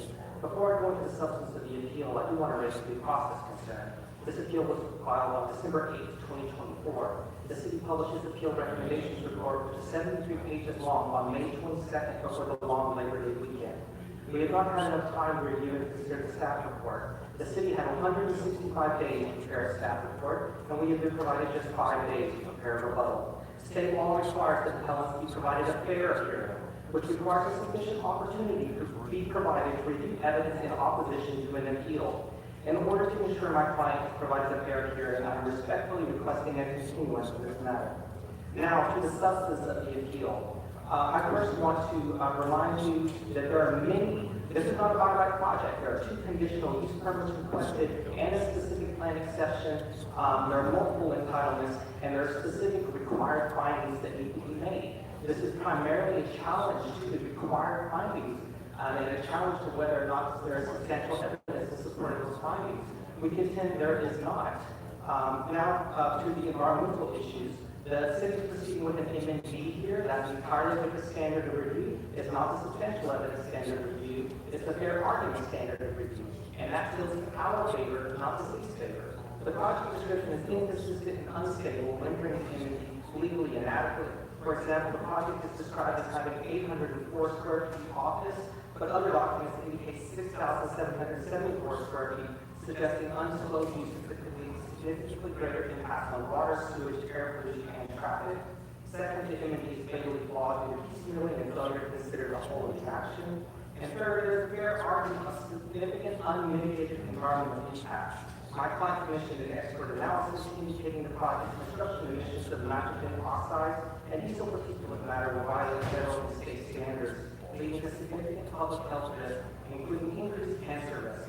These impacts, particularly on human health, necessitate an environmental impact report to be prepared. Finally, the proposed exceptions to height, FAR, parking, and setbacks constitute impermissible spot zoning and grant special privilege based on self-imposed hardships, violating both city and state law. And I finally want to note the applicant has submitted a letter suggesting that there was a failure to exhaust administrative remedies. There's no truth or validity to that whatsoever. The municipal code provides the right of any aggrieved party to file an appeal. West Valley Alliance is an aggrieved party and we kindly filed an appeal in compliance with the municipal code. And any suggestion that West Valley Alliance for Optimal Living is not a legitimate organization is completely unfounded and flawed. West Valley is proud of the work it has done to make better projects in the West Valley. Thank you for your time. Okay, thank you. Is there a representative from the applicant? Representative, please come forward. And you will also have 3 minutes, up to 3 minutes. You can go. Welcome. Hi, good afternoon. Alex Good with Cox Castle and Nicholson Land Use Council for the project. I don't think I'll need 3 minutes. I just want to address a couple of brief issues. The appellant raises air quality. We submitted a very specific response to the appellant's air quality claims. It's in the record. I won't belabel it, but in short, it points out that the appellant uses the wrong thresholds for measuring emissions and air quality for the project. So all the claims on the appeal are just fundamentally wrong. Staff has presented you with a very detailed response to the appeal. I won't go through that, but it states very clearly why the findings can be made. The environmental review is proper and comprehensive, and we encourage you to deny you. Thank you. Okay. And as the representative of the district, I'll just say before we move to public comment, this is a storage facility at the rear of an existing hotel, sandwiched between a hotel and the freeway, surrounded by commercial uses. I have no objection to this project. For me, it's a much easier lift than almost many other projects in the district or around the city. With that, we will move to public comments. Are there any members of the public who came to speak or wish to speak to this item? If so, please come forward. Fuck you, Bob. Seeing no members of the public coming forward on this item, colleagues will move to comments and questions. As I stated earlier, as the representative of the district and as a member of this committee, that's going to be my recommendation going tonight. Feel that see if there's any comments or questions. Comments, questions. Seeing no comments or questions, I'm going to recommend that we deny the appeal filed by West Valley Alliance for Optimal Living and thereby sustain the Planning Commission's approval of the following 5 land use entitlements: 1, specific planning sections; 2, the project permit compliance review; 3 and 4, 2 conditional uses; 5, the site plan review.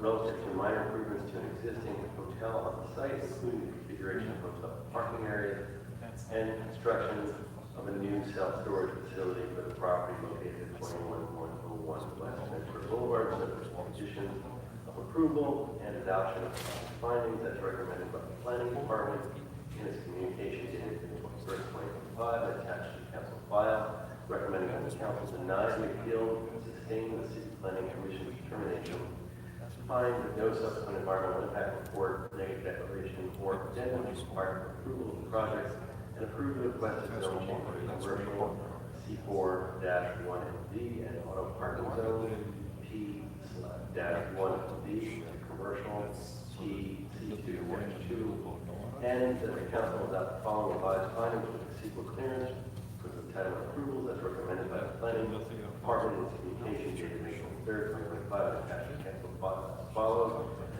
Based on the whole of the record in the independent judgment of the City Council, as well as the Court of Appeals for the Council, the sequel having on section 162, finding the letter of determination. The entitlement approval for the mitigated negative declaration is not before the City Council on appeal, and 2, the entitlement approvals were analyzed in the previously adopted MND, and no supplemental or subsequent EIS required in section 1.162, and 3, even if the MND was before the City Council in its independent judgment based on the whole of the record, the adoption of the MND by City Planning Commission, CPC was proper pursuant to sequel guidelines sections 15074 because there is no substantial evidence that the project will have significant impact on the environment and mitigation measures were made enforceable on the project. The mouthful, but we can call the roll. Yes, Mr. Blumenthal. Would you like? Ms. Hutt. Yes. Mr. Nasseri. Mr. Lee. And Ms. Ryan. Yes. That's 5 ayes and none. Okay, takes us to number 6. Item 6, sir, this is an appeal by Richard Fleming from 5271 West Sunset Boulevard Tenants Union, challenging Director of Planning's determination, which denied on appeal the approval of a transit-oriented community's affordable housing incentive program. This is a 19 dwelling unit project situated in CD13 with 2 dwelling units reserved for extremely low income occupancy. And the planning department, we call the applicant, so units, self or the staff, and then comments and committee discussion. Floor is yours. Good afternoon. My name is Yamila Brizuela with the Department of City Planning. The item before the committee today is regarding the approval of a transit-oriented communities project for a 4-story mixed-use building with 19 dwelling units and approximately 600 square feet of commercial space located at 5271 West Sunset Boulevard. On December 11, 2024, the Director of Planning approved the TOC and project permit compliance review request for the 19-unit mixed-use building and adopted categorical exemption 32, case number ENV-2023-2588-CE as the environmental clearance. One appeal was filed by the 5271 West Sunset Boulevard Tenants Union. On April 10, 2025, the City Planning Commission, CPC, following its consideration of the materials and testimony, denied the appeal and sustained the Planning Director's determination. On May 13, 2025, the City Council adopted a 245 motion asserting jurisdiction over CPC's action. We are available to answer any questions raised in the 245 motion, and this concludes staff's presentation. Thank you. Thank you. Okay, first we'll hear from the appellant. There is a representative from the appellant. Okay. There, are you coming forward from the appellant or the applicant? Come forward. 3 minutes, followed by the appellant.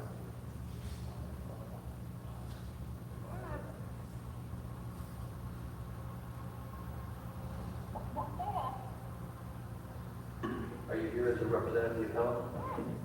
So please come to the podium. Thank you. Good afternoon. My name is Richard Fleming. I'm speaking on behalf of myself and the other residents of the 5271 West Sunset Boulevard Tenants Union. We lived in this building between 4 and 16 years, long before the current landlord purchased it in 2022. This has been our home and our community, and we're now being forced out by a developer who isn't considering the human or financial cost of displacement. If we're making a move, our rent will increase by an average of 278%, an extra $3,200 a month. That doesn't include the cost of living, new deposits, loss of rent stabilization, or lost income if we have to relocate far from our jobs. There's no clear timeline for return and no real guarantee we'd ever be able to come back. This landlord is ignoring our rights as tenants under SB 8 and has rejected every good faith proposal we've made. We are not opposing development, we're opposing the erasure of our homes and the affordable housing this neighborhood still needs. We ask that you protect our rights and stop this unjust displacement. Thank you. Okay, then is there a representative from the applicant here?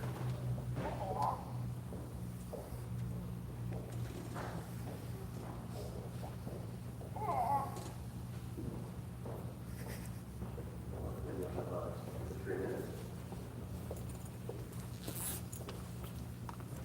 Good afternoon. My name is Michael Eswali. The decision to withdraw the property from the rental market under the Edit Act was not made lightly. We fully understand the direct impact this process can have on the tenants, however, we have applied all legal requirements, including providing proper notice, periods, and the mandated tenant relocation assistance directed by the Housing Authority. This decision is driven by long-term use of the property. The existing structure is outdated and no longer meets the higher functional safety and environmental standards expected in today's housing market. The proposed development will not only make more effective use of the land, but will also enhance the neighborhood by introducing modern, safer, and energy-efficient housing. Importantly, we have proactively addressed affordability concerns by including dedicated affordable units with the new project. This investment supports broader housing goals by also utilizing aging infrastructure. Additionally, tenants have been offered the opportunity to return and reside in the newly constructed building once it's completed. At the request of the City Council office, we even extended the deadline for tenants to vacate by an additional 6 months, pushing the deadline to February 5th, 2025. And we also, after that, offered another 6 months. And we'll be willing to extend this to meet all the legal requirements. Maintaining the current building is no longer financially sustainable, given the steep rise in maintenance and operational costs. Most notably, the substantial increase in insurance premiums. These financial pressures have made continued operation under current conditions very difficult.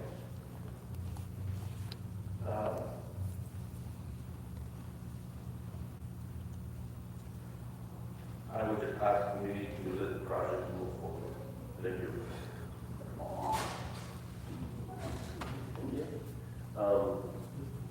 Next, we'll hear from Councilmember Soto Martinez. Next up. Good afternoon, honorable council members. Emma Howard, Director of Community Development and Planning for Council District 13. Councilmember Soto Martinez, here today to speak on behalf of our office for item 6 on today's agenda. The council member's motion for 245 TOC project at 5271 Sunset Boulevard. And I apologize, there's a bit of an intrusion to the record. The California Housing Crisis Act of 2019, the HCA, and all the subsequent laws passed here have two key intents. First, it is meant to protect housing projects from undue interference and subjective determinations and ensure they pass through local approvals. But secondly, with each version of the bill, it continues to concern itself with what is lost. It is intended to ensure that new housing does not cause the loss of older housing, with a particular focus on protected units and protected tenants. Protected units include all of the units subject to our rent stabilization ordinance, and protected tenants are those who are low income or below, which includes the tenants remaining at 5271 Sunset Boulevard. From the bill itself, our obligation to comply with the rights for tenants in Chapter 12, section 66-300. An affected city or an affected county shall not approve a housing development project that will require the demolition of occupied or vacant protected units unless all of the following apply. And then I will skip to section C and D. Any existing residents will be allowed to occupy their units until 6 months before the start of construction activities with proper notice, subject to Chapter 16 of Division 7 of Title I, and the developer agrees to provide both of the following to occupants of any protected units. Relocation benefits to the occupants of those affordable residential rental units subject to Chapter 16 of Division 7 of Title I, and a right of first refusal for a comparable unit available in the new housing development. 10 months after this developer filed for entitlements, on February 5th, 2024, the owners of the property filed the LSAC evictions for all 4 of these rent-stabilized units. This is not in context. You can see that in the Planning Department report of May 21st in the council file. In fact, the report quotes from our housing department with an affirmation that under the Ellis Act, a property owner may file a notice to withdraw at any point. The timing of the notice to withdraw is not dependent on any of the timelines in the Housing Crisis Act or the Planning Department's review process. The notice to withdraw was filed with LHD on February 5th, 2024. The tenants were given 12 months to remain. The tenants simultaneously are allowed under the Housing Crisis Act to remain in their units until 6 months prior to the start of construction. LHD allowed the filing of an Ellis Act eviction for the tenants during the development process of this project. This started well before the project was even approved. Our office raised the circular conflict clause here that allowed the proceeding of one type of eviction to begin during the review of the project, and which then directly and negatively impacted our ability to approve the project under the Housing Crisis Act right to remain. We raised this repeatedly with planning and LHD during the pre-approval process and during the determinations and during the appeal of the project to the CPC. During this time, 2 units have self-evicted due to the stress of the process placed on them. 2 units stayed on and contested the Ellising, at great personal impact to themselves. It is mentioned in the staff report that the tenants were given a year to stay beyond the standard 6-month Ellis Act timeframe. This was not a gift. This was the right of the tenant who had qualified due to their specific circumstances. And still, this would have had our tenants leave prior to the determination of the appeal of the case. However, because of our office's involvement, the tenants were able to get legal representation, and the Ellis Act case was dismissed.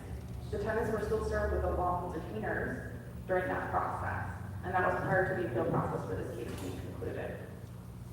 This shouldn't happen. The city erred in our process. Yep. It is an application of our duties to allow a simultaneous Ellis Act eviction that directly violates the rights of tenants under the Housing Crisis Act and call it not dependent. If the Ellis Act evictions had proceeded without any intervention from our office, all tenants would have self-evicted. Tenants in the city are not given an extensive education of the rights by the city. No clarity has been provided as to which relocation amounts of funds are owed, whether it is the higher amounts provided in HCA under Chapter 16 or the Ellis approved amounts. 2 units, which equals 4 tenants, self-evicted even with our support. All tenants in this building were paying below market rate rents. It is disingenuous for the reports to suggest that tenants who are not housing or land use lawyers will know that they have multiple conflicting sets of rights and be able to advocate for themselves, and that it is their obligation to do so. The staff report also states that the start of the construction milestone is calculated from the date of the first inspection after the issuance of the building permit, and the timing of when the permits are issued and the construction starts is determined and orchestrated by the applicant. This directly contradicts the tenant's right to stay. If the report says the HCA cannot dictate the Ellis Act, but both laws apply, then the construction date cannot be based on the issuance of a building permit. At the moment the prior Ellis action has been dismissed in court, the new Ellis Act timeframe has not started. The tenants have rights under the Ellis Act as well as the HCA according to our own reports, and the right of the landlord to withdraw the unit can be in question. So your date of construction cannot be set according to the timeline the landlord is able to build unless the Ellis Act case is also concluded. No one can demolish a multifamily building subject to the RSO with tenants' rights remain in occupancy. Only a court can issue the order for them to leave, and only a sheriff can remove them.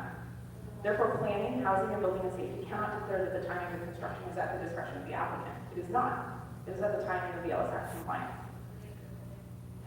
And this is why from the beginning our office has been speaking about a fundamental paradox in this case. We must fix these discrepancies. We must prevent early displacement that directly worsens our housing crisis. The staff report mentions that this project is not and was never subject to the Residential Protection Ordinance. We are well aware of that. That is not a dispute. We have, however, mentioned throughout this case that the protections of the RPO and right to council regulations we passed at City Council would have helped minimize this issue, and the case should further instruct us as legislators as to how better to clarify our processes. Apologies, I'm almost done. Most importantly, if we are concerned that denying a project subject to the HCA is a legal arrest, so too is approving a project where tenants' rights are violated. It puts this project in an impossible place. For both denying and approving a project as it stands today is a violation of the same law. It is the position of the council member that all of our city departments should be at least equally concerned and protected about violating laws intended to protect vulnerable tenants. We must be protected on both sides. Ensure that we do not worsen the housing crisis by removing people paying low-income rent from their maternity units without proper timeframes and proper payments is just as important as not implementing project development of new housing. It is critical to note for the record that our office does not object to the new project itself. If it were proposed on a site that had no tenants, we would not object. If the tenants had not already had to go to court to defend the right to stay, and if their rights were fully followed under the HCA, we would not be here today, even as we raised concerns about displacement. We would have supported the tenants in ensuring the city and the landlord followed proper procedure, but it's key to note that our objection is not a veiled attempt to stop new housing production. It is an attempt to ensure that both parts of the HCA, the right to build and the right to remain, are equally observed and enforced. At this time, the city seems more consistent on the right to build and legally powerless on our obligations to the tenants. Therefore, Councilmember Soto has asked for you to consider both options available under the 245. First is the consideration of veto and remand, which is his preferred ask. That you exercise your authority to veto and remand it back to the City Planning Commission with a recommendation for a more comprehensive report from LHP enumerating the rights of tenants as part of the public record and reviewing how the conflicting provisions of the Ellis Act and the Housing Crisis Act and the timeline of relocation amounts are clearly enumerated in a full staff report. intelligence. He fully expects that full compliance with the rights of protected tenants under the law would then enable the project to be properly approved without any issues under the Housing Crisis Act. Alternatively, council members, I'm going to ask you to consider the appeal and approve the part and deny in part. Affirm that the tenants have a right to stay until 6 months prior to construction, is a date that can only be determined after proper completion of the LSAC process. We would further ask that we confirm for the record our understanding that the tenants who verified protected status under the HCA through LHC review are entitled to the advantage of both relocation amounts, both under the LS Act and that of the Housing Crisis Act of Chapter 16. Thank you for your consideration today. I'm available to answer any questions. Before we move to questions for you and for planning staff, we're here from the public. Are there any members of the public who came to speak this item? Schindler? This is the one time, the 15 criminals, this is the one time the 15 criminals represent us schmucks. Let's give Hugo Stalin-Martinez a wouldn't the rest of you feel better tonight if you knew what Hugo's doing here? Protecting us from these fucking scumbags. Look at this. The LA City Planning Commission. Gonna kick these people out and fuck them out of their money. Bob. That's right. So I like option 2. Sustain the appeal in full and deny the project. That's what we're gonna do. Now, if you do that, all the developer mafia is gonna meet tonight and they're gonna stop this shit. You gotta pay the people the value of their shit, Bob. They don't take your shit unless you get fair value. So again, wherever you are, Stalin, good job. I'm gonna lay out you the rest of the week. Okay. Seeing that no other members of the public are coming forward to speak, that concludes public comment on this item. So let's start by asking the Department of City Attorney to respond. Tell me one of these slime fucking balls does something right.